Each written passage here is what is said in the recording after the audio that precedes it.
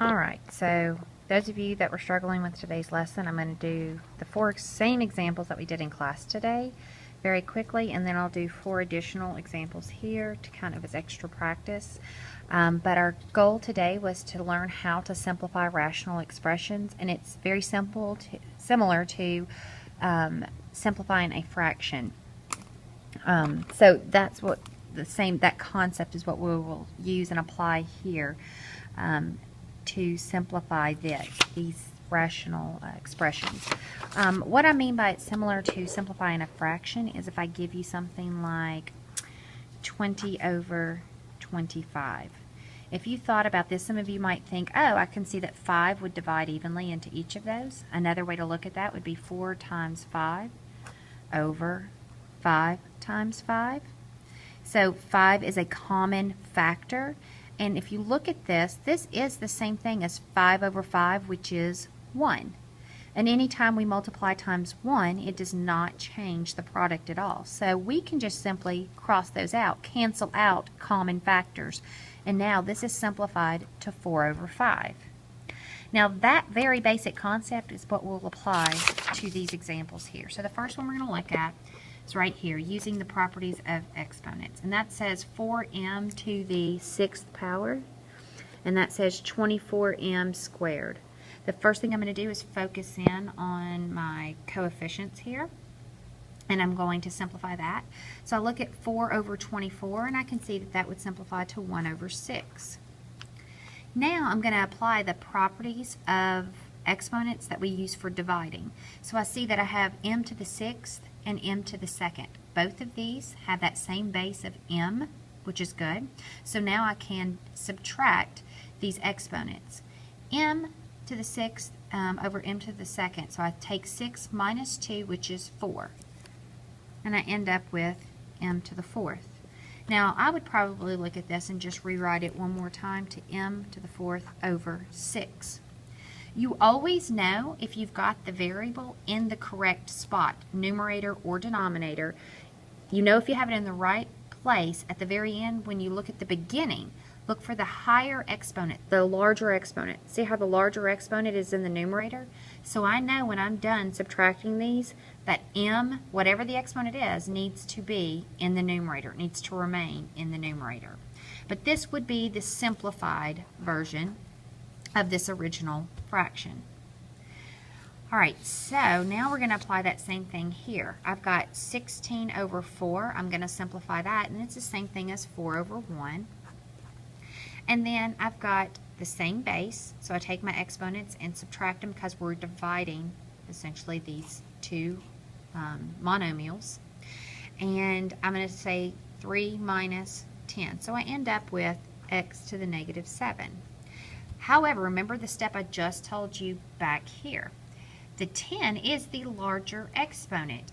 So I can't leave this with this negative exponent. So I've got to take it one more step and move it 4 over x to the 7th. And that is your final step, your final answer. So the larger exponent was located in the denominator. So when I finished, x to the 7th is still located in the denominator. Now that's for using properties of exponents. So that's basically when you have a monomial over a monomial. Now when we have something like this, where we have binomial over a binomial, then we need to start thinking about factoring out monomials. In other words, let's factor out a GCF. Alright, so I'm going to look at the numerator here, and I can see in the numerator there's a GCF of 2b. So I'm going to take out 2b, and I'm left with b minus 9. And in the denominator, I don't have a GCF. I just have b minus 9. Now remember, we can only cancel out common factors. So this is one factor. 2b is a factor. b minus 9 is another factor. So if I have b minus 9 over b minus 9, that is the exact same thing as 1. So this cancels out, and I'm just left with 2b. So let's see how that works down here. I have another binomial and binomial, so I'm going to look to see if there's a GCF. There is a GCF here. There's a 4x, which leaves me with x minus 5. Now I'm going to look to the denominator and see if there's a GCF, and there is. It's 2, so I'm going to take that out. and I have x minus 5. Now I've got x minus 5 and x minus 5. Those are common factors, so I can cancel those out. Not to be fooled though.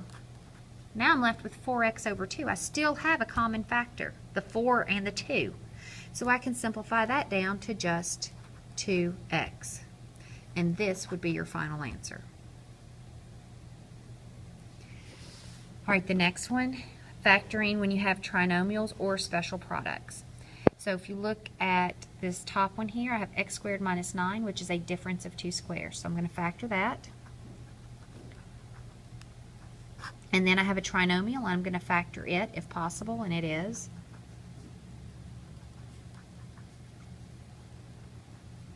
And again, I have x plus 3 over x plus 3. That cancels out. And I'm just left with x minus 3 over x plus 5. Now, people in class today kept saying, well, what about these x's? I can now cancel that, and I'll be left with negative 3 over positive 5. You cannot do that. Remember, you can only cancel out common factors. Factors are things that are being multiplied. X minus 3, there's no multiplication here. That's a subtraction, that's an addition. If you want to get rid of x minus 3, you have to have the exact same thing in the denominator. This is serving as an entire factor, just as this served as one entire factor. That is why this one here was allowed to be canceled out. All right, moving on, do the same thing here. GCF.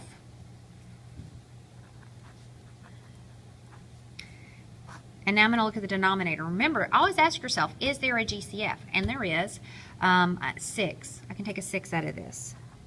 And I'm left with x squared minus 3x minus 4. And now I'm going to take it one more step and see if I can simplify this or factor this. So I have 6, x minus 4, and x plus 1. So now my numerator is factored, my denominator is factored, and now I can start canceling out common factors. So I have x minus 4, that's gone. I also have a 3 and a 6, which will simplify. The 3 would become a 1, and the 6 would become a 2. So now the only thing I have left in my numerator is a 1, and the only thing I have left in my denominator is this 2 times x plus 1. Now, if you were to actually check this in a textbook, they probably would go ahead and distribute that back out so that you would be left with 1 over 2x plus 2.